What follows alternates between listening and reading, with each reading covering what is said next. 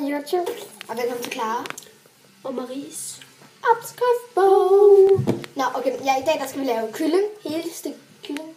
Og vi laver bare marinaden. Og måske vi ved ikke helt om selve at lave kylling kommer med. Men ja, nu kommer marinaden i hvert fald, og jeg håber, I vil nyde den video. Her har vi ekstra jomfru olivenolie, en halv deciliter. Her har vi de 2 krydderier i en lille skål. Det er citronpeber og Texas krydderier.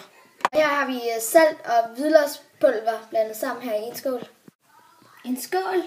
En skål, en kniv, en skarpe og en stokbræt. De kød, du skal marinere her, bruger vi så en smagfuld helkylling. Den er dansk og salmonella-fri. Og du kan selvfølgelig også sagtens bruge anden kød, men i dag bruger vi bare kylling. Godt, det du starter med, det er at tage en halv deciliter ned i en skål. Og så lige krydderierne. Og hvad det sker, det ved jeg ikke helt, om vi skal eller ej. Og putte dem over i olien.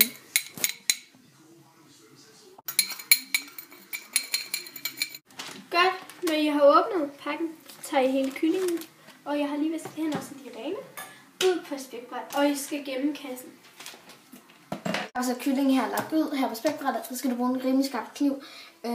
Og så laver vi sådan nogle slags ridser i den af en art. Så den her marinade kommer fuldkommen igen.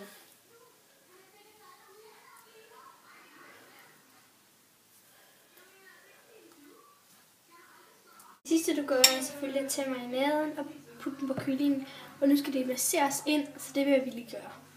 Ja, så man kan se, så har Marie været i gang med at lægge på. Nu skal det bare sådan masseres ind, og det skal gøres med hænder, så det kommer ind i kødet og alt det der saften og alt det der. Og også ud på vingerne og lårbasserne og det hele. Og den mere irriterende side af det her, ikke? Det er, at undskyld mig, Marie. At det er, at du også skal tage indeni, så den får en god smag. Den der er ned i bakken igen med noget syltepapir ovenpå. Ja! Yeah. Jeg har haft kylling, og der skal skæres til nogle... Oh ja!